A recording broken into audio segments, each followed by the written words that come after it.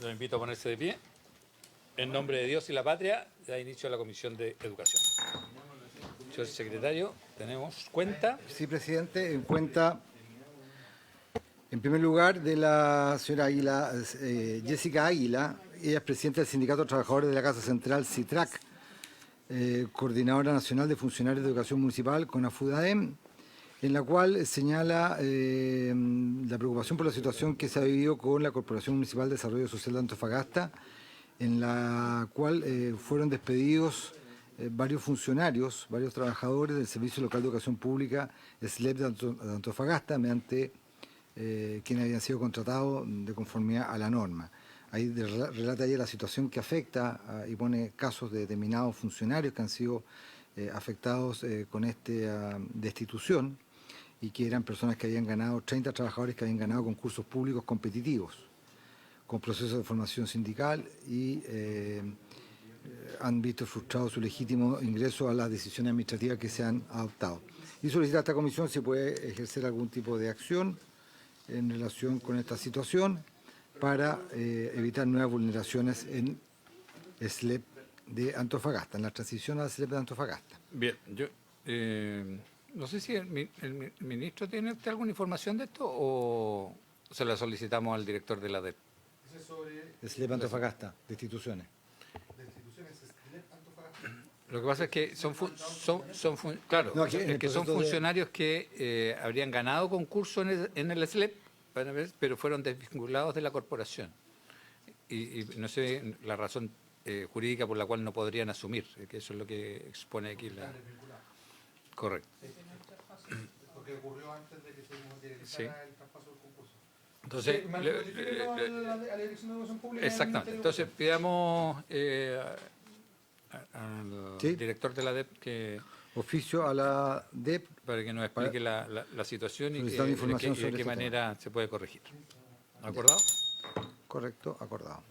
Luego, del señor Álvaro Izquierdo, que es director ejecutivo de la Multigremial Nacional, quien remite una minuta técnica firmada por 104 gremios de todo Chile, en la cual señala que el proyecto de ley sobre sala cuna generará un impacto negativo en el sector. El del señor Carlos Delgado, doctor en Ciencias de la Educación. Bueno, ellos me imagino que quieren exponer en la discusión del proyecto. Sí, pero no han pedido audiencia por el momento. Ahí lo agregamos. Sí, y de Carlos Delgado, que es doctor en Ciencias de la Educación de la Universidad de Los Lagos. Remite su opinión en relación con el proyecto de ley que regula nuevas exigencias para ingresar a las carreras y programas de pedagogía que están estables al día de hoy. Y luego, lo que usted consultaba, presidente, las solicitudes de audiencia. Está en relación con el proyecto de ley sobre programas de pedagogía, la señora Verónica Cabeza, directora ejecutiva de Elige Educar. Y en relación con el proyecto en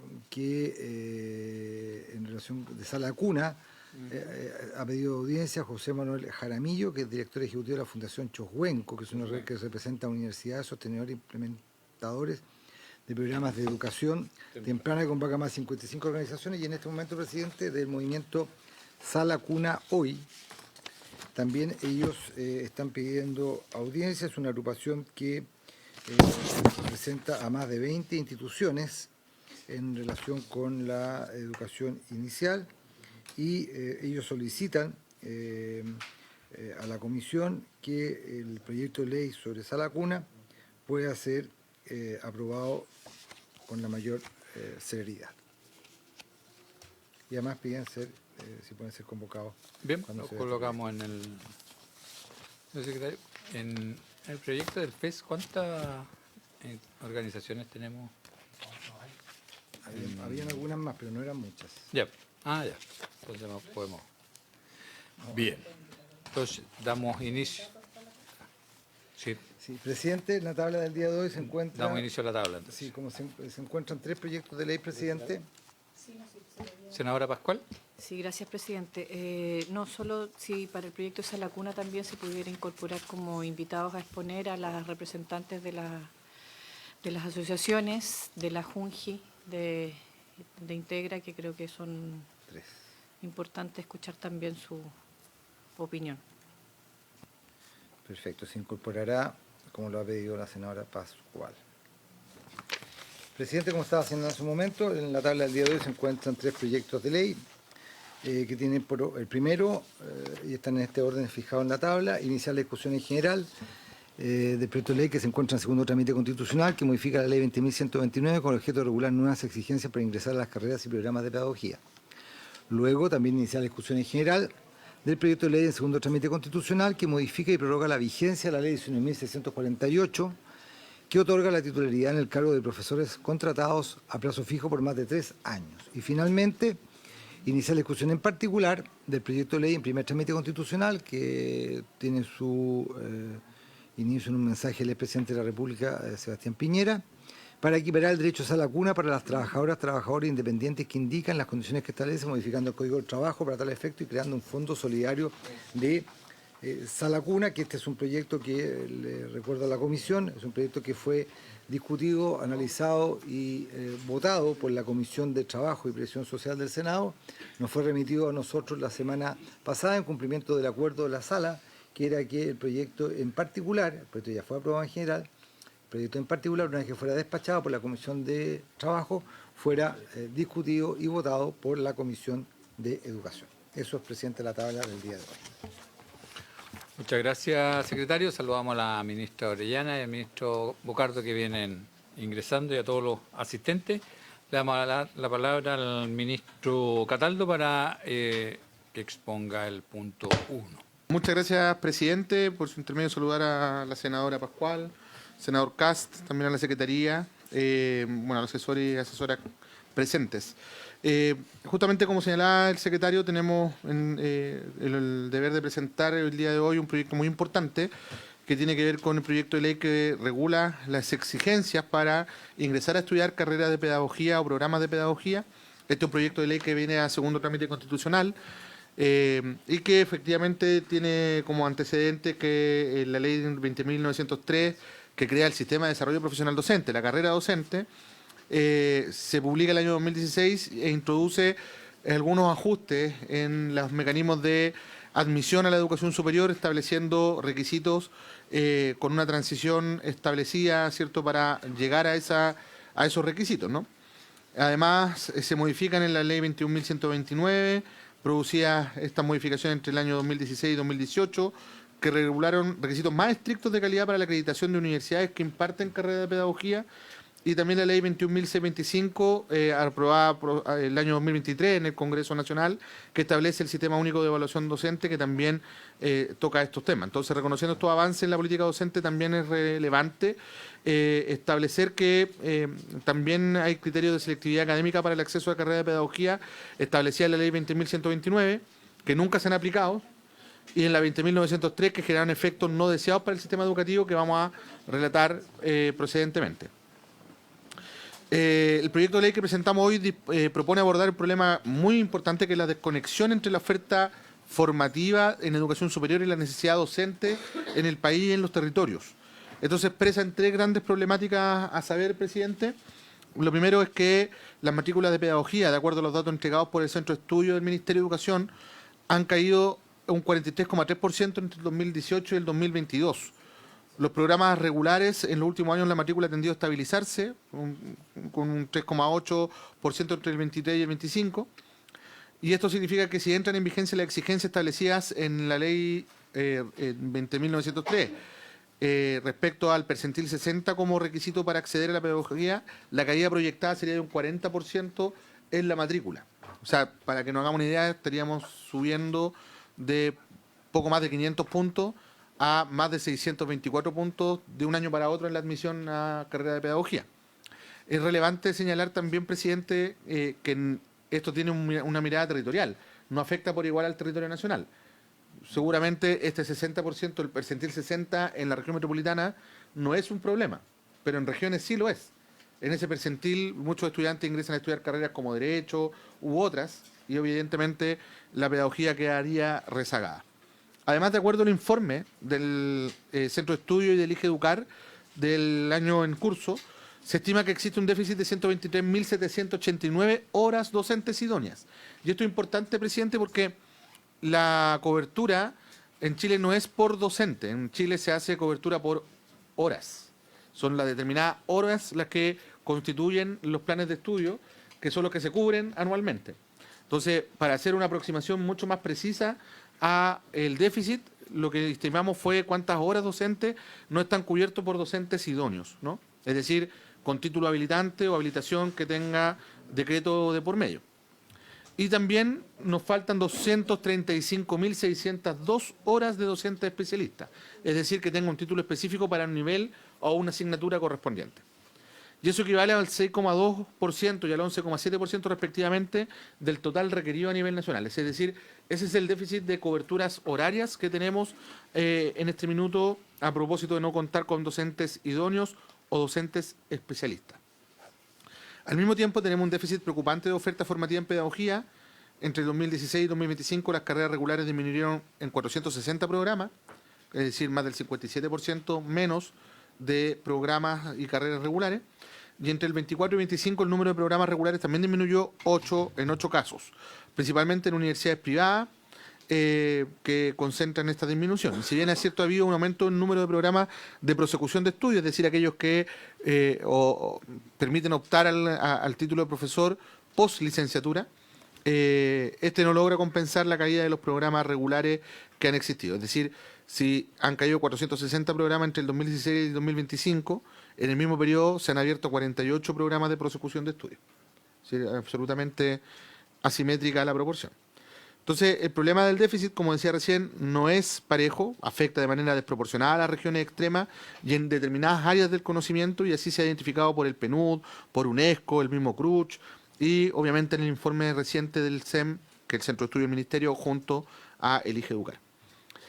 Entonces luego nosotros hemos construido un Plan Nacional Docente que tiene una serie de medidas que han ido abordando el problema de la docencia, entre las cuales encontramos justamente el fortalecimiento de la profesión docente en áreas claves que identificamos como importantes para retener a los profesores y profesoras en el sistema. Por ejemplo, hace poco, para ir al caso más reciente, aprobamos en la reforma de educación pública una norma que permite la movilidad entre servicios locales para los profesores. Eso efectivamente permite que un profesor que está en una región, en una comuna, en un servicio local, pueda moverse a otro sin perder la antigüedad, sin resetear sus condiciones laborales, ¿no? Entonces, efectivamente, por ejemplo, pasa que en la región metropolitana, en Valparaíso, hay un excedente importante de profesores de historia, mientras en la región de Atacama faltan profesores de historia, ¿no? Entonces, eso permitiría mover profesores de un territorio a otro, siempre que exista la voluntad del docente a moverse. Y muchas veces pasa que los profesores abandonan el sistema porque no encuentran oportunidades en territorios donde sí les interesa estar. Entonces, medidas como esas son parte del Plan Nacional Docente. Yo lo pongo solo ese como ejemplo, para no detallar más en particular. Podemos enviarle a la comisión también más detalles sobre el Plan Nacional Docente. Y esta estrategia se inserta en el esquema del Plan Nacional respecto al tema de los requisitos de pedagogía. Entonces, la estrategia de fortalecimiento de acceso a las pedagogías contempla primero un sistema integrado de monitoreo docente de educadoras y educadores de párvulo también. Segundo, incentivo a la beca a través de la beca vocación de profesor y programas de atracción al talento pedagógico, que es una especie de pase de las pedagogías. La prosecución de estudios en pedagogía, fortalecer la prosecución de estudios en pedagogía. Y además los requisitos de programas regulares, y aquí está este proyecto de ley que estamos discutiendo. El objetivo del proyecto entonces es establecer un mecanismo que defina los requisitos de acceso a las carreras y programas de pedagogía desde una perspectiva técnica muy basada en la evidencia, revertir los efectos negativos de la regulación legal que tenemos hoy día en curso, fortalecer la equidad y la diversidad en el acceso a las carreras y programas, contribuir a la formación docente debidamente calificados en todo el territorio. Entonces, en términos de contenido, el proyecto propone en el literal B del artículo 27 bis que cuando un programa de pedagogía va a exigir que la universidad admita y matricule a estudiantes que cumplen la exigencia del Comité Técnico de Acceso del subsistema universitario, órgano a cargo de definir los procesos de admisión, según la ley. Para ello, el Ministerio presentará una propuesta al Comité Técnico, sustentada en un informe técnico elaborado en conjunto por las 3 subsecretarías. ¿Y por qué las 3 subsecretarías? Porque las 3 impactan en la formación docente. Ya sea porque la Subsecretaría de Educación y la Subsecretaría de Educación Parvularia tienen una incidencia directa en la elaboración de los estándares formativos para las respectivas disciplinas, como también por el hecho de que Educación Superior conduce el subsistema de Educación Superior, donde se forman los docentes, ¿no? Donde ocurre la formación inicial. Por tanto, con un informe de las 3 subsecretarías, el Ministerio presenta una propuesta. Con ello, el Comité Técnico delibera y acuerda las exigencias en base a la propuesta presentada por el Ministerio. Y adicionalmente, se mantiene el reconocimiento de vías especiales de ingreso a las carreras y programas, promoviendo entonces justamente, como por ejemplo, el fortalecimiento de los programas de atracción de talento pedagógico o el propio PASE. Además, el informe que presenta el Ministerio tendrá información actualizada sobre dotación docente, brecha entre oferta y demanda de docentes y educadores de párvulo, solicitudes de autorizaciones docentes, oferta de programas de pedagogía, entre otras, información desagregada por territorio y por disciplina. También el Ministerio solicitará la opinión técnica del Consejo Nacional de Educación 2 meses antes de presentar la propuesta al comité. De este modo, el CNED tendrá un mes para emitir su respuesta y la idea es que el Comité Técnico de Acceso tenga a la vista entonces la propuesta con el informe que sustenta con datos la propuesta, más la opinión del CNED, que si bien es cierto no es vinculante, es una opinión que tiene que obviamente ponderar el Comité Técnico de Acceso. Entonces, ¿qué pasa si el Comité Técnico rechaza la propuesta presentada por el Ministerio? Bueno, presenta una nueva propuesta en los próximos 30 días. Si nuevamente es rechazada, rigen las exigencias del proceso de admisión anterior por 1 año. Luego tendrá que ocurrir al cabo de 1 año nuevamente este proceso. Es decir, nunca hay un retroceso en las exigencias. Hay un piso siempre que es el piso anterior, que es lo que está vigente. El Ministerio presentará entonces esa propuesta que al cabo de 1 año y se presenta, y si se vuelve a rechazar, rige la propuesta presentada por el Mineduc para la Corte que viene durante los próximos 5 años. Esto permite asegurar un balance adecuado entre el Ministerio y el Comité Técnico en la definición de las exigencias. Aquí es importante hacer el hincapié de que el Comité Técnico no es quien propone por sí y ante sí y define la propuesta, sino que es el Ministerio el que hace una formulación técnica con todas estas consultas y luego el Comité Técnico aprueba o rechaza, ¿no? Porque se instaló mucho en la discusión que el Comité Técnico era el que iba a proponer y aprobar. Eso no es así. Además, el artículo 1º transitorio establece cambio al artículo 27 bis que regirán el proceso de admisión 2027, de forma que para la admisión 2026 se mantienen los requisitos vigentes para el 2025. Esto es importante porque hoy día hay un grave tema que tiene preocupado mucho a casi todas las universidades, la verdad, por el aumento tempestivo de los requisitos de acceso que ocurriría de no aprobarse esto antes de que inicie el proceso de postulaciones a la educación superior en el proceso que ya está en curso. Recordemos que estamos en plenos días que se están rindiendo la PAES a nivel nacional. Se establece un quórum también supramayoritario para la definición del comité de acceso de 3/5, asegurando con ello un consenso del sistema. Además, se repone que el CNED sea órgano consultivo, aportando su opinión técnica sobre la propuesta elaborada por el Ministerio de Educación. Y además se constituye una mesa de trabajo entre la Comisión Nacional de Acreditación y el CPIP para trabajar también los criterios de acreditación de las carreras de pedagogía. Entonces, acá, presidente, en la última lámina que ustedes tienen a la vista, están los elementos que hemos levantado con distintas organizaciones de la sociedad civil respecto a lo que vendría a ser aspectos de modificación que sí o sí tenemos que hacer este proyecto. Solo que no lo hemos podido materializar porque como se rechazó la idea de legislar en la comisión, se aprobó luego en la sala, nos vinimos directamente al Senado sin poder hacer el ejercicio de discusión en particular en la Cámara de Diputados. Así que la discusión en particular la tendremos que hacer acá. Y aquí están esbozados, no voy a referirme a ellas porque ya eso será materia justamente de lo que tenemos que comenzar a trabajar desde la próxima sesión en adelante, presidente. Entonces, con eso concluimos la presentación de requisitos y quizá me gustaría inmediatamente ir con titularidad para poder ir avanzando en la agenda definida y luego el Ministerio del Trabajo pueda... Pasemos enseguida al punto 2, entonces que... Sí, por el final. Al final del punto 2, porque el 3 Claro. es diferente. O de las 3 exposiciones. Ya. Muy bien. Respecto al proyecto de ley de titularidad docente, esto fue parte de la agenda corta con el magisterio, que aprovecho de saludar a través de sus dirigentes, encabezados por Mario Aguilar, presidente del Colegio de Profesores, por su intermedio presidente, que asumen esta discusión de la agenda corta y en conjunto con el Ministerio de Educación concordamos avanzar en esto. Recordemos que la última vez que se legisló sobre titularidad se hizo en proyectos de ley. El último fue aprobado en el gobierno anterior, el año 2021, si no me equivoco.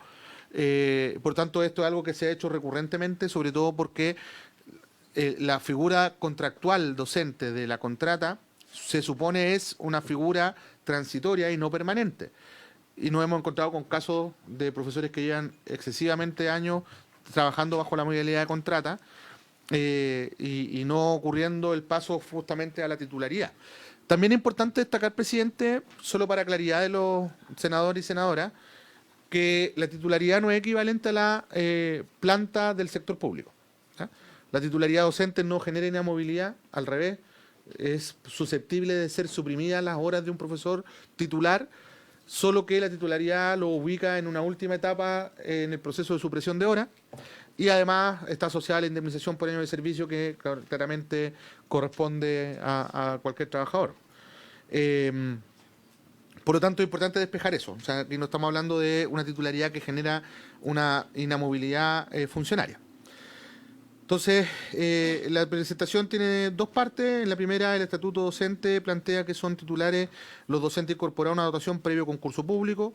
Esta forma de contratación es de carácter indefinida. Y luego define la contrata que, según el estatuto, son docentes contratados que se desempeñan en labores docentes transitorias, experimentales, optativas, especiales o de reemplazo de titulares. Ahí es donde tenemos el tema, porque se extiende por demasiado tiempo la contrata cuando se define expresamente en la ley que es para labores transitorias, experimentales o específicas, que claramente no es el caso de aquellos que llevan 3, 4, 5 años ejerciendo la labor docente consecutivamente. De esta manera se trata de una forma de contratación que es más inestable y que, a diferencia de la titularidad, no está pensada para ejercer funciones de manera indefinida. Entonces, el estatuto establece en el artículo 26 que el número de horas docentes contratados no podrá superar el 20% del total de horas de la dotación, es decir, de profesora contrata, a menos que no haya suficientes docentes que puedan ser integrados en calidad de titulares por no haber postulado o por no cumplir con los requisitos. Luego, entonces, es que nosotros vemos que hay un problema de aplicación de las reglas de titularidad y contrata, y es que en la práctica ocurre que hay profesores que, cumpliendo funciones que no son transitorias, ni experimentales, ni optativas, ni especiales, ni de reemplazo, se mantienen a contratas que no son renovadas año a año, o que son renovadas año a año en realidad, con la dificultad e incertezas que eso implica. En la ley 19.648 concede la titularidad de los profesores y profesoras. Esta fue aprobada el 31 de julio, desde el 31 de julio del 2021, y que se encuentren incorporados a la dotación docente de un municipio, corporación o servicio local, y deben cumplir además con haberse desempeñado como docente en la dotación al menos 3 años continuos o 4 discontinuos, y las contratas deben haber sido por al menos 20 horas cronológicas semanales. Esas son las condiciones que puso la ley 19.648 que tramitó el anterior Ejecutivo.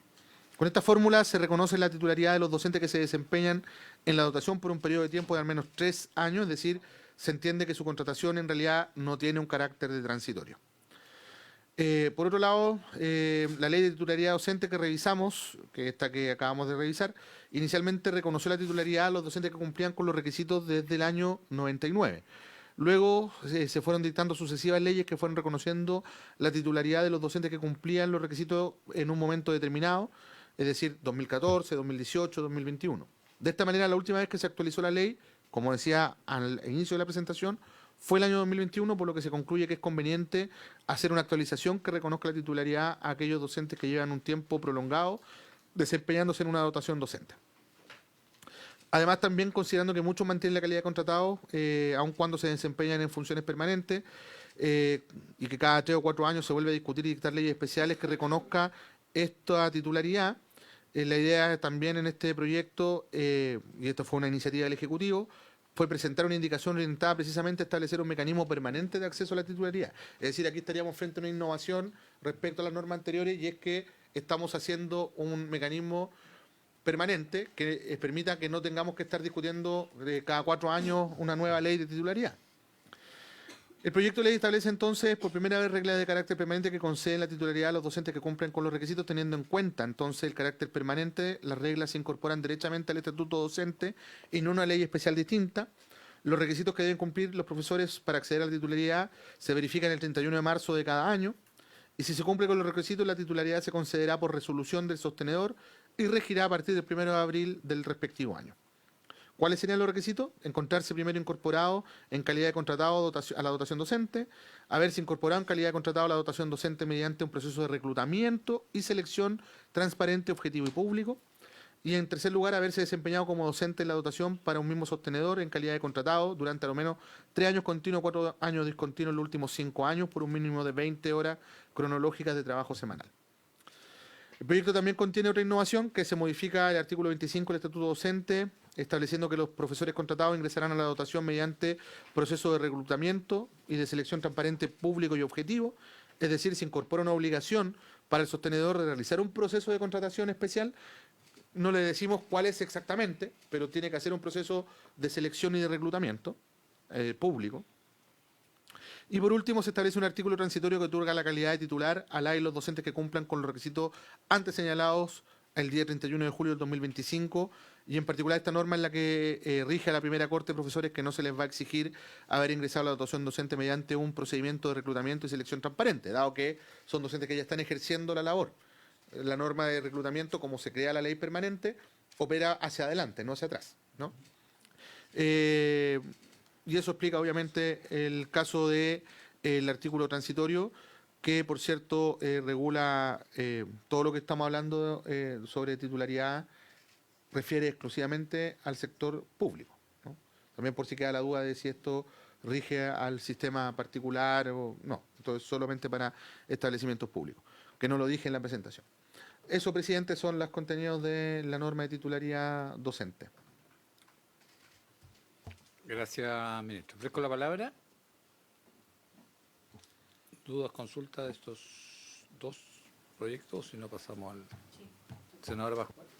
Con respecto al primer proyecto, presidente, el de los requisitos para estudiar la carrera de pedagogía, quiero saber en concreto cuál es la... ¿Es solo la postergación de un año a que se cumplan estos requisitos o cuál es la rebaja en los requisitos? Que no entendía bien la exposición, perdón, ministro, si me puede repetir aquello.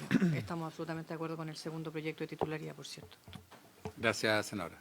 Sí, presidente, no, está el elemento de postergación, o más bien réplica de los requisitos actuales vigentes en el proceso de admisión 2025 para el 2026, y luego lo que se hace es fijar un piso de requisitos, en este caso el 33% el percentil 33 en realidad de los resultados de la prueba de la PAES, considerando además que la PAES no es lo mismo que la PSU ni que la prueba de aptitud académica, son distintas. De hecho, una mide en conocimiento, la otra mide en habilidades.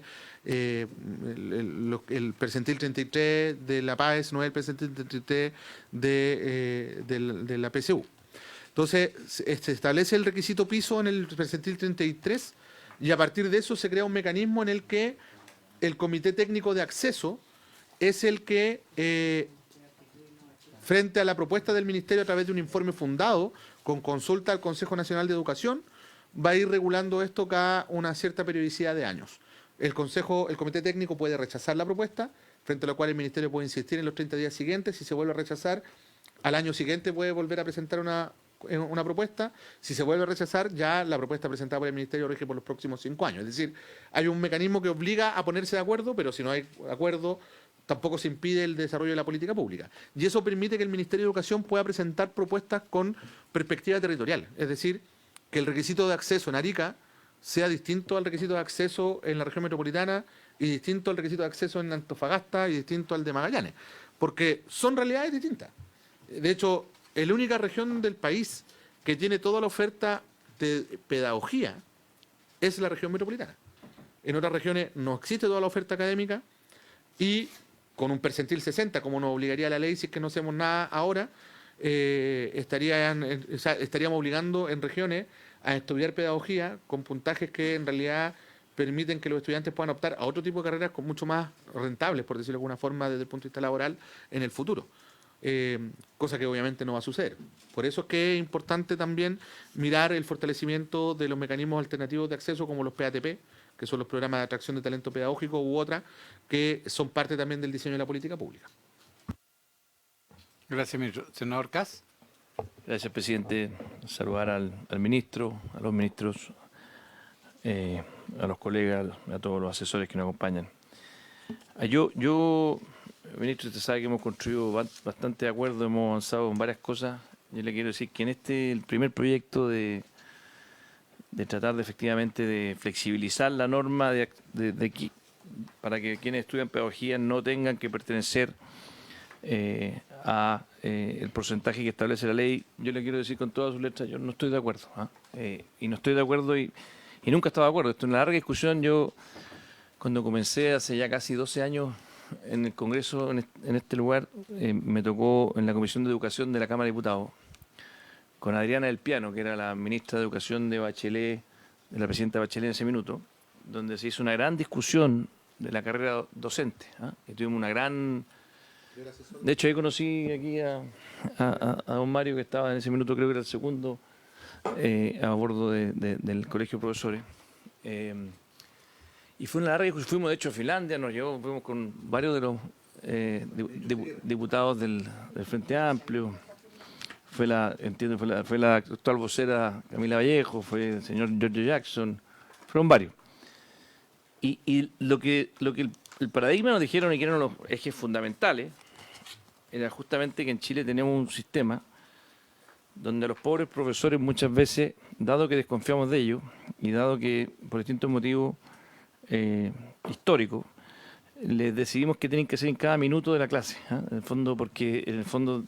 Y el modelo finlandés o el que fuimos a ver era completamente distinto. Nos preocupábamos mucho de que la selección inicial del profesor sea tan alta, parecido a lo que ocurre en medicina, que después se le dejaba mucha flexibilidad al profesor en la clase. En el fondo había de alguna manera, se exigía mucho de inicio. Y yo tengo aquí hice un pequeño documento, si uno mira en Finlandia se exige el 20%. O sea, no hay nadie que pueda estudiar pedagogía en Finlandia si no está en el 20% superior del puntaje de graduados de cuarto medio. Da lo mismo si es la PAE, si es la PSU, si es la aptitud académica. Pero en el fondo hay un convencimiento de que el que quiera acceder al derecho a educar a un niño, y es el derecho del niño al final, no es el derecho de los estudiantes a estudiar pedagogía, no es el derecho de las regiones a tener pedagogía en sus regiones. ¿Por qué tengo que tener un estándar menor a alguien que estudia pedagogía en regiones que a alguien que estudia pedagogía en Santiago? O incluso, como hacemos medicina, si alguien viene a querer ser médico en Chile, ¿sabe lo que hacemos? Le exigimos a todos el EUNACOM. Incluso a los graduados que estudiaron medicina en Chile se le exige el EUNACOM. Porque decimos, no puede haber nadie que sea médico en Chile y que atienda a las personas si es que no está a la altura del estándar que necesitamos para poder llamarse médico. Tenemos que tener lo mismo con los profesores. Eso es mi convencimiento. Entonces, alguien me dice, no, es que tenemos un problema. Y yo entiendo, y el rol del ministro y del gobierno es hacerse cargo de la realidad, ¿cierto? Entonces, este proyecto de alguna manera busca flexibilizarlo porque dice que hay un déficit. Pero los déficits a veces son necesarios. O sea, en el fondo, la crisis de oferta educativa que se plantea va a generar una serie de elementos que creo que van a ser positivos. Van a ser positivos porque van a decir, bueno, oye, ¿qué hacemos efectivamente para que tengamos y nos hagamos cargo del problema de fondo? ¿Por qué no estamos teniendo suficiente demanda de postulantes de ese corte para poder ser profesores? Pero creo que el peor de los escenarios es bajar el corte. Si uno va a Corea del Sur, de hecho, es más exigente que Finlandia. 5%, o sea, no es el 20%. Nosotros, ¿no es cierto?, aquí lo que se está planteando en esta flexibilización es que bajemos al percentil 33. O sea, que en el fondo el piso, no para este año, pero para el siguiente... No es comparable una prueba y la otra. No, sí, da lo mismo la prueba que sea. El principio ordenador es que uno dice a quiénes voy a elegir para que puedan, en el fondo, postular a ser profesores o profesoras. Y yo me pongo una exigencia alta. Entonces, yo sinceramente, y lo he conversado con muchos expertos en educación, o sea, no es solamente idea mía, creo que este que descomprime, por supuesto, se hace cargo de un problema real. Muchas de las universidades claramente le encanta este proyecto porque en el fondo les permite que sus carreras que puedan estar en riesgo no tengan que cerrar, por supuesto, pero perdón, yo por lo menos voy a velar para que el estándar no se baje. Y lo que hace esto es bajar el estándar eventualmente. Y creo que tenemos que movernos en la dirección completamente contraria. Así que ese es mi comentario, presidente. Creo que en el primer proyecto por lo menos tengo mis serias dudas. Yo sé que hoy día no es el momento de votar, se puede seguir conversando, como lo hemos hecho en muchas ocasiones, pero... La señal que se da, yo por lo menos no la comparto, y se lo dije en su minuto a la ministra del Piano cuando lo hicimos, porque yo creo que deberíamos haber sido mucho más agresivos, con una hoja de ruta, pero que todos supieran, y no como siempre muchas veces ocurre, legislamos, de la vuelta de la esquina, como en el fondo no se ajustaron las cosas, legislamos de nuevo para retrasar y no autoimponerlo, lo que cuando hicimos la ley en su minuto efectivamente queríamos. Gracias, senador Kass. efectivamente ahí vamos a seguir la discusión. Hay diferentes visiones respecto al tema. Vamos a pasar al punto 3. No sé si va a exponer y voy a pedir prorrogar por 10 minutos para que estemos con el tiempo necesario. Acordado. ¿Quién va?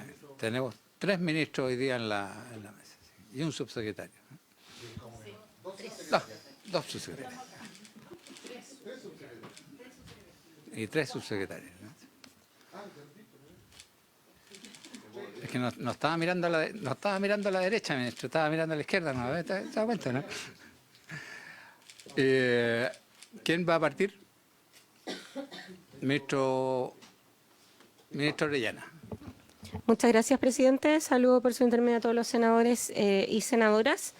Estamos acá para poder presentar el proyecto de ley de Sala Cuna, boletín 1478213, que lo que busca es modificar la actual regulación de este derecho establecida en el artículo 203 del Código del Trabajo. Vale recordar que el 29 de enero del 2024 esta comisión despachó este proyecto bajo una redacción distinta para su votación en general, en la que tuvo lugar el 2 de abril de ese año, en el que se abrió el plazo para indicaciones, indicación que como Ejecutivo introdujimos el 6 de mayo como una indicación sustitutiva, que está centrada en la creación de un fondo de Sala Cuna para madres y padres trabajadores con hijos de menores de 2 años, que comparta el derecho a Sala Cuna entre hombres y mujeres, que crea una cotización de cargo al empleador, crea un fondo separado del Tesoro Público y establece condiciones también para el pago del aporte de Sala Cuna. En paralelo, y esta comisión también, por su intermedio, presidente, tuvo la oportunidad de revisar ese proyecto, se ingresó el proyecto de modernización de la educación parvularia, toda vez que se consideró desde el Ejecutivo que para poder abordar una mayor amplitud en el derecho a Sala Cuna por parte de hombres y mujeres y más niños, digamos, había que también mejorar algunos aspectos del sistema parvulario, lo cual fue acogido también por esta corporación y por la Cámara, y hoy en día la ley de modernización ya está en vigencia. El proyecto ya fue despachado por la Comisión de Trabajo y en particular lo que queremos destacar hoy en esta presentación más cortita tiene que ver con en qué situación nos tiene la actual forma del Código del Trabajo. Tiene una serie de consecuencias negativas. Por ejemplo, al encarecer la contratación de mujeres, al asociar el costo de Sala Cuna exclusivamente a ellas, afectando sus posibilidades de empleo formal, contribuye a la existencia de brechas de género salariales. Hay estudios de distintos organismos que sitúan esta carga racional a propósito de la normativa existente, pero no razonable para mantenerla en el tiempo, en cerca de un incluso 7% de la brecha salarial actual.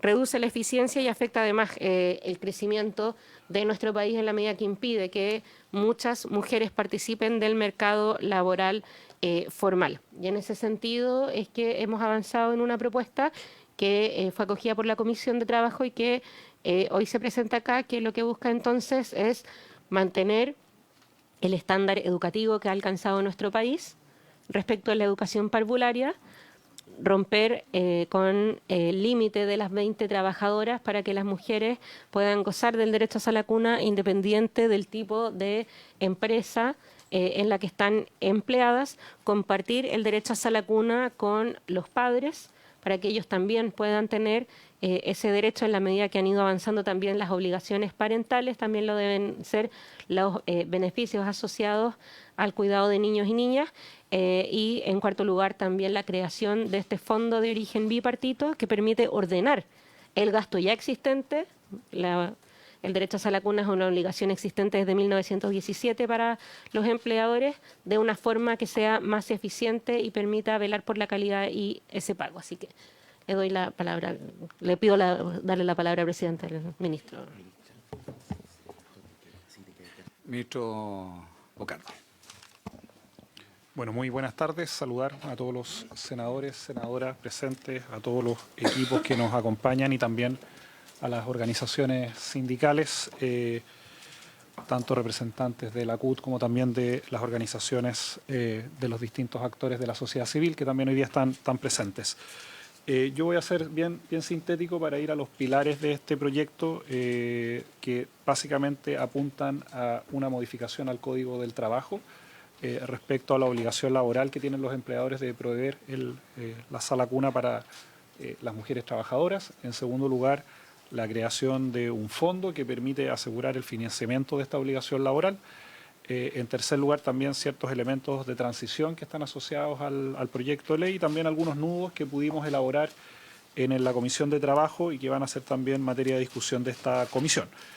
En primer lugar, señalar que este es un proyecto de ley que elimina esta discriminación que existía en el Código del Trabajo de que el empleador tenía que cumplir con esta obligación desde la mujer número 20 en adelante que se encontrara contratada, pero también lo abre a trabajadoras independientes o a trabajadoras de casa particular, extendiendo a todas las trabajadoras formales este derecho a sala cuna.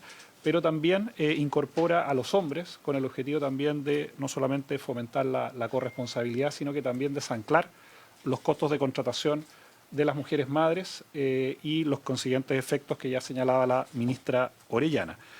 En ese marco también señalar que se mantienen las modalidades vigentes de cumplimiento de la obligación, la sala cuna propia, en conjunto con otros empleadores, o financiada la sala cuna a la que los trabajadores lleven a sus hijos o hijas menores de 2 años, y se incorporan, y este es un elemento también distintivo de este proyecto, como posibles prestadores a aquellos establecimientos que reciben aportes regulares del Estado. Un elemento también adicional de este proyecto es que el derecho y la obligación laboral se va a poder cumplir también en salas cunas públicas y las salas cunas deben contar con reconocimiento oficial, es decir, tener el mismo estándar educativo, a propósito también de otros debates que han dado en esta comisión respecto a una ley que ya es ley de la República, que es la ley de modernización. En segundo lugar, se crea un fondo de sala cuna cuyo fin es contribuir al financiamiento exclusivo de las salas cunas obligatorias para empleadores y trabajadores, también trabajadores independientes y trabajadoras de casa particular, debiendo ser establecimientos que cuenten con el reconocimiento oficial del Estado a través del Ministerio de Educación.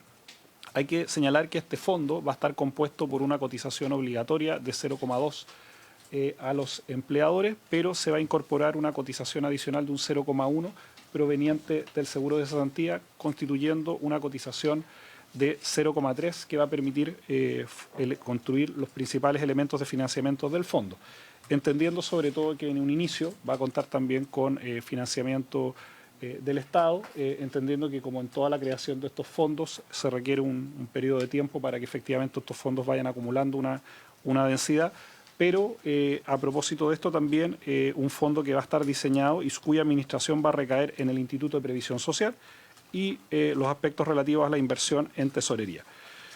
Otro elemento importante considerar que de esta cotización obligatoria a cargo del empleador de 0,3 en su totalidad, pero que implica una rebaja de un 0,1 del seguro de cesantía y una cotización de 0,3 para este fondo, tiene la premisa justamente de aumentar los montos del aporte de sala cuna destinado a contribuir al financiamiento. Originalmente el proyecto había presentado una cotización de 0,2%, pero esto habría una preocupación compartida por todos los actores respecto a las posibilidades de que fruto de este financiamiento fuera no suficiente para poder financiar este derecho, y a partir de ello se avanzó a una cotización de 0,3. La cotización en términos laborales, como os decía, se ve matizada con una compensación respecto a una reducción de la tasa de cotización del seguro de cesantía, y por su parte el fondo estará constituido además por transferencias fiscales anuales determinadas por el Ministerio de Hacienda. Otro elemento también que incorporamos en este proyecto, y como se ha hecho ya en varios proyectos de este tipo, es la simplificación de la interacción con el Instituto de Previsión Social, de manera de simplificar los mecanismos tanto para las empresas como para la garantía del derecho.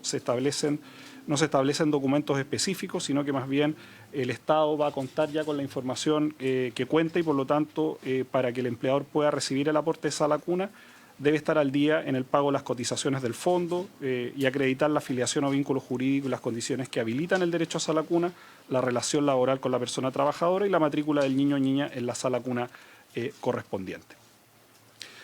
Asimismo, también se fija un rol para las solas cunas que no reciben aportes regulares, debiendo inscribirse como instituciones receptoras del fondo de sala cuna.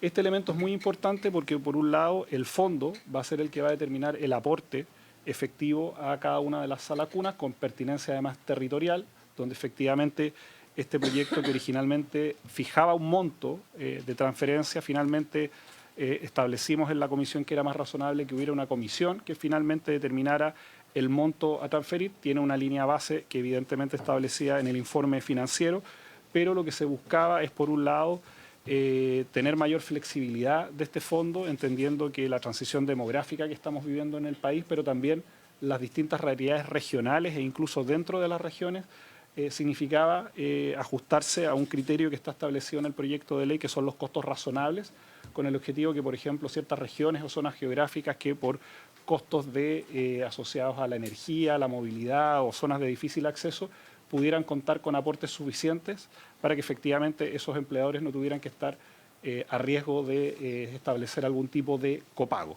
Así que en ese margen, en ese marco, se establece esta comisión que va a finalmente establecer cuál es el aporte específico que establece el fondo a este derecho de sala cuna. El artículo 205 del proyecto establece que el empleador es responsable del financiamiento a través de la cotización. Sin embargo, si cumple con los requisitos legales, podrá acceder al aporte que contemple la normativa vigente destinada a contribuir al financiamiento del derecho, y el aporte se pagará, y esto es muy relevante, se paga directamente a la sala cuna respectiva. No es un aporte que vaya a las familias, sino que una vez que el empleador cotiza y que ese trabajador o trabajadora accede a una sala cuna respectiva, el fondo le transfiere directamente a la institución, una vez que efectivamente tanto la sala cuna como también el empleador cumplen con los requisitos para acceder al derecho. Esto ya lo había señalado, pero me parece importante relevarlo. Se elimina un valor fijo del aporte en la ley. Originalmente el proyecto de ley tenía un valor de referencia de 4,11 UTM, que era un valor que provenía de un promedio entre valores que se establecen a partir de los subsistemas de la sala cuna pública, y habían dos preocupaciones al respecto. La primera, que el monto fuera insuficiente, pero también que el monto quedara rápidamente desactualizado por los cambios que están ocurriendo en el mercado laboral y particularmente con la transición demográfica que estamos viviendo en el país. Pero también, volvemos a insistir, porque en las regiones y en los distintos sectores del país existen también costos razonables distintos, y por lo tanto un fondo que tuviera, por un lado, una comisión técnica de financiamiento y sustentabilidad que velara porque efectivamente el fondo pueda proyectarse en el tiempo, pero también adecuarse a través del criterio de justicia territorial a costos razonables y efectivos de la previsión del servicio, a partir también de criterios geográficos y de disponibilidad de matrícula. El aporte que se determina en base al informe de la comisión deberá considerar un máximo por concepto de matrícula por cada año calendario y por mensualidades de sala cuna, y se advierte que con el aumento de la cotización es posible financiar valores acordes a las distintas realidades regionales y que en atención a los criterios de la comisión podrán ser posibles distinguir a propósito de las variables geográficas. Entonces, primer componente, el laboral, a partir de las modificaciones que se hacen sobre todo al artículo 203 del Código del Trabajo. En segundo lugar, la creación de este fondo a partir de cotizaciones de empleadores y además de aportes del Estado, y una comisión técnica que fija los valores de los montos máximos que puede entregar a las salas cúnicas y los requisitos que tienen que cumplir tanto empleadores como trabajadores para poder acceder a este fondo. Y adicionalmente a esto, el estándar educativo que se utiliza a través del reconocimiento oficial, así como también que las salas cunas públicas se pueda también cumplir el derecho laboral en ellas, algo que hoy día no se podía a propósito de la normativa tanto del Código del Trabajo como las otras normativas que regulan este subsistema. Este es un proyecto que tiene transitorios. La ley entra en vigencia a los 6 meses de publicación. Se inicia en el mes 6 una cotización de 0,2 de la remuneración a cargo de los empleadores y se ajusta en un 0,1 la cotización del seguro de cesantía. Esto tiene dos transiciones importantes que buscan, por un lado, una gradualidad para los empleadores y una gradualidad para el aumento de la matrícula en los subsistemas. Por el lado de las cotizaciones, en el primer año se establece una cotización del 0,2, pero que está compuesta por un 0,1 adicional de cotización y un 0,1 proveniente del seguro de cesantía, y el segundo año aumenta la cotización a 0,2 completando este 0,3.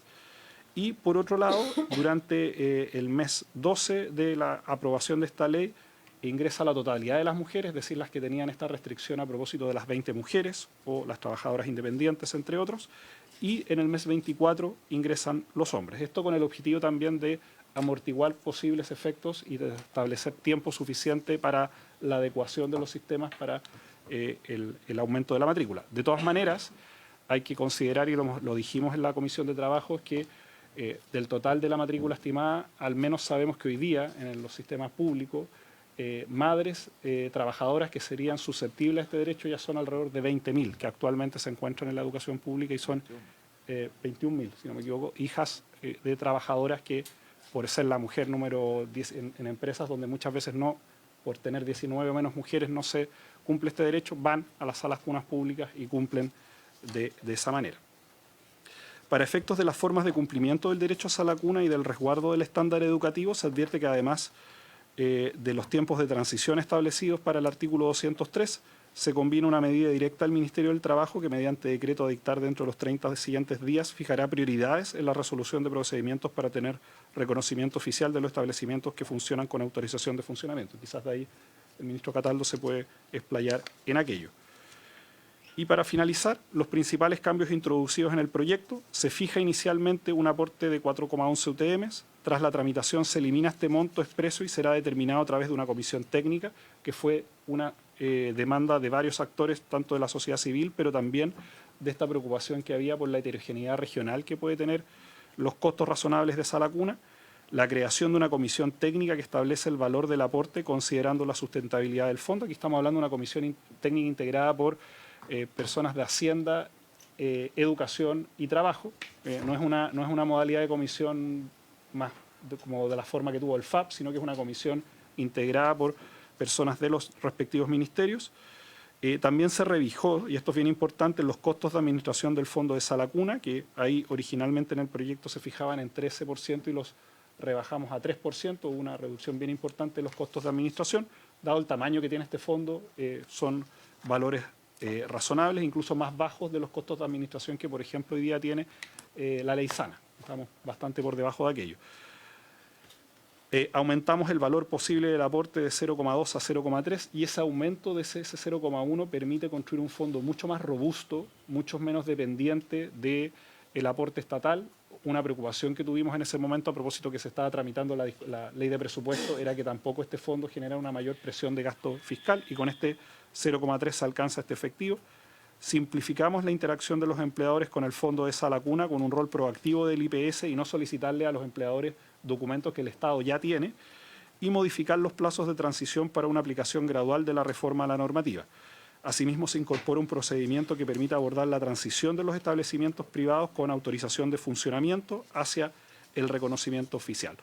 Solamente para finalizar, volver a reiterar que de parte del Ejecutivo este es un proyecto muy prioritario. Creemos que los efectos positivos que tiene en materia de empleabilidad femenina, de ampliar el derecho laboral a los hombres, pero también el estándar educativo de reconocimiento oficial y la posibilidad de fortalecer también las salas cunas públicas es una tremenda oportunidad, y como Ejecutivo hemos querido conciliar tanto este derecho laboral inicialmente para las madres, pero extendido también para los padres, pero también con el derecho que tienen los niños y niñas a ser bien educados y estimulados desde la más temprana infancia. Así que desde el Ejecutivo toda la disponibilidad a dialogar, tanto con los parlamentarios oficialistas como de oposición, con el objetivo justamente de poder llegar a un acuerdo que permita que este proyecto ampliamente discutido, de hecho tenemos indicios que desde el año 97 que hay esfuerzos de modificar el artículo 203 del Código del Trabajo, se puedan materializar durante esta legislatura. Gracias, ministro. Ministro Cataldo. Sí, muy breve. Primero agradecerle a los ministros, a la ministra Orellana, al ministro Bocardo, por la presentación. Solo complementar dos cosas. Esta es una reforma al Código del Trabajo, ¿no? Y efectivamente en ese plano para nosotros es muy relevante porque aborda un segmento de la trayectoria educativa muy significativo, que es el parvulario. Para nosotros es muy importante resguardar el carácter educativo de las medidas también y que no tengamos un déficit por esa vía, ¿no? En algún minuto nosotros discutimos esta norma cuando se votó en general, antes de pasar de vuelta a la discusión en particular del trabajo, y manifestamos reparo. En la comisión se manifestaron reparos. Nosotros vemos hoy día que con la legislatura que tuvimos del proyecto de modernización a la educación parvularia, que le tocó a esta comisión verlo, aunque de los presentes solo estuvo usted en esa discusión, se dio un paso muy significativo respecto a la garantía de la calidad en el sector parvulario, tanto público como privado. Por otro lado, estamos frente también a la necesidad de incorporar en la discusión en particular otros elementos relevantes que tienen que ver con la forma en que el sector parvulario público ingresa a este modelo. De hecho, hay una innovación importante en la propuesta respecto a que se apertura al sector parvulario público a ser parte de la oferta de sala cuna, toda vez que además ya un número significativo, el subsecretario da un número conservador, que son las 21.000 guaguas que están incorporadas al sector. ¿Se dice guagua? Sí, por si alguien tiene la duda. Efectivamente. Pero no, usamos en el sector usamos el concepto guagua. Entonces, efectivamente, presidente, son 21.000 guaguas que están hoy día solamente por ser hijas de trabajadoras, ¿no? Con derecho a sala cuna hoy, en los términos legales actuales. Pero el universo total de niños y niñas de 0 a 2 años se eleva a los 87.000 niños y niñas, es decir, es un número muy significativo. Por tanto, también tenemos que discutir, en el marco de esta tramitación, y en particular acá, de qué manera se va a retribuir el sector parvulario público justamente toda vez que ya hoy día se encuentra prestando un servicio de sala cuna a un segmento súper significativo de esos niños y niñas que están en el tramo etario y que son sujetos finalmente de este derecho que está discutiéndose. Por último, nosotros tenemos la firme convicción, presidente, que no existe y no tenemos por qué hacer colisionar dos derechos tan relevantes: el derecho al trabajo, y a un trabajo digno, decente, de la mujer, con el derecho a tener una educación de calidad a lo largo de su vida y de la trayectoria educativa, y particularmente la primera etapa de la educación parvularia de nuestros niños y niñas. Así que, presidente, estamos muy ansiosos de poder entrar en el debate particular donde podamos materializar esta y otras ideas más que, obviamente, como ejecutivo sabemos que tenemos que abordar en esta fase de la discusión. Gracias, ministro. Ofrezco la palabra. Senador Kass. Gracias, presidente.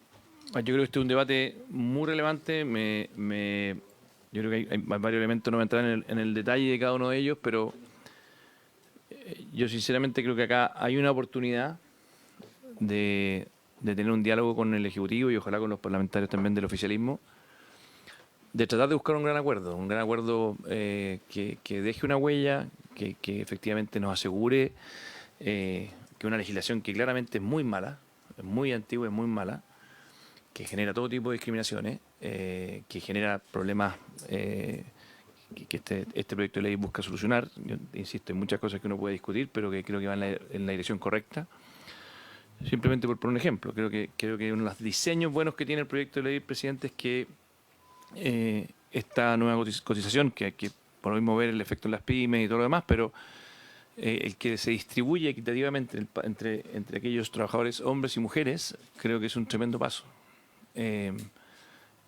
Los hijos en el fondo son hijos de padres y madres y ambos tienen que poder tener que colaborar con el financiamiento o la responsabilidad de aquello. Entonces creo que se han hecho hartos avances, insisto, creo que no quiero entrar en los detalles hoy día porque no nos da el tiempo, ya empezó la sala, presidente, pero me alegra mucho que lo hayamos puesto en el debate de esta comisión.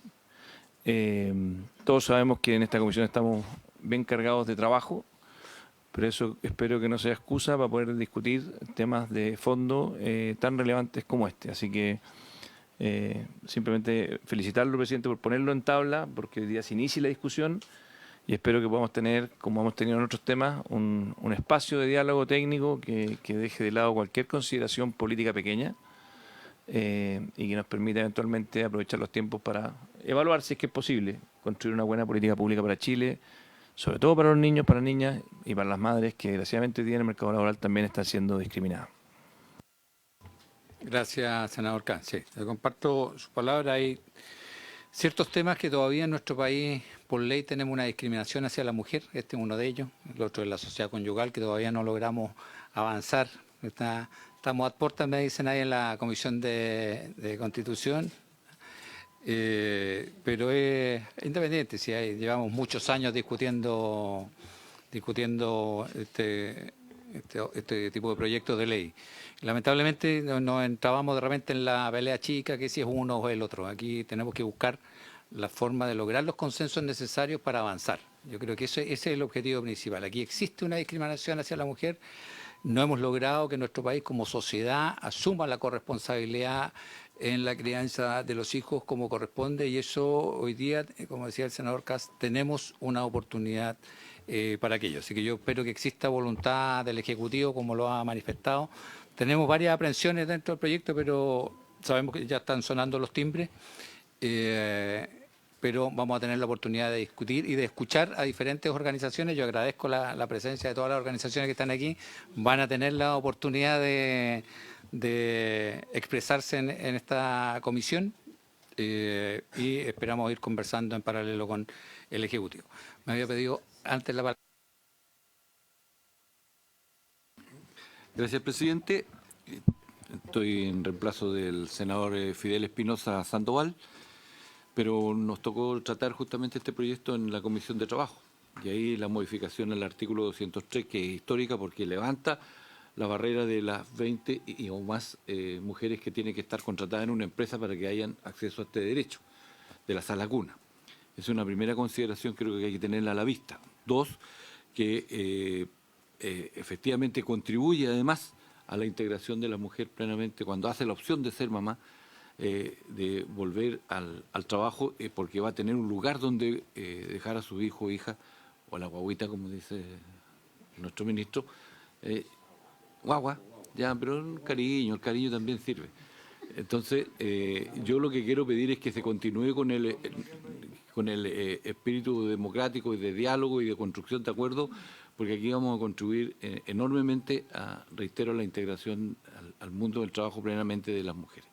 Y además porque se contribuye a la economía, cosa que pocas veces se observa o se considera cuánto impactan estos proyectos en el desarrollo económico del país. Y esa es una contribución que tiene esto. Y pedirles que lo traten y que le den la urgencia necesaria, entendiendo que hay integrantes que efectivamente han sido parte de otros acuerdos en determinado momento del país y que en esta oportunidad no le fallemos a Chile y más allá de lo que en la coyuntura política que estamos, está esta urgencia que creo que es necesaria para el buen funcionamiento y la integración plena de la mujer al mundo del trabajo. Gracias, senador Saavedra. Le ofrezco la palabra a la senadora Pascual. Gracias, presidente. Yo quiero valorar la presentación que se hace distinguiendo un par de elementos clave.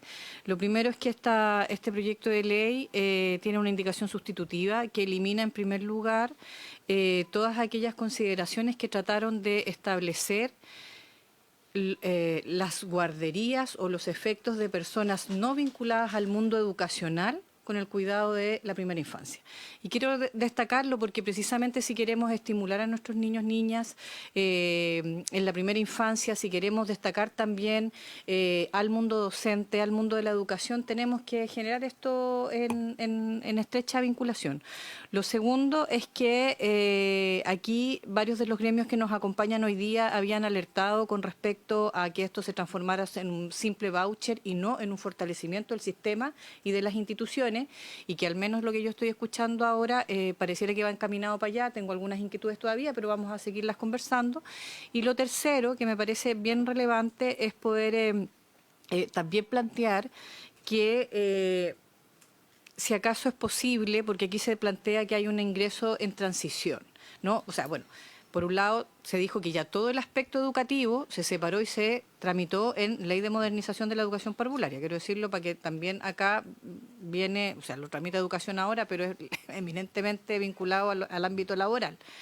Pero sí la transición de cómo se incorporan al sistema. A los 6 meses que entra en vigencia la ley, ¿cuántas mujeres ingresan? A los 12 ingresan las de sobre 20 trabajadoras de una empresa y de trabajadoras independientes, que fue lo que entendí, y a los 24 los hombres trabajadores. Entonces, a los 6 meses, ahí, primero entrado en vigencia, ¿Qué mujeres entran? Todas las que actualmente tienen el derecho a la cuna. Eso es, para preguntarlo, para que después no pudieran contestar, presidente, y espero que efectivamente, tal cual como lo hicimos al inicio de esta comisión, podamos también escuchar la voz y la representación de las organizaciones que también la pedí al principio de esta comisión. Gracias, senadora Pascual. ¿Quiere responder, ministro? ¿Tiene el dato?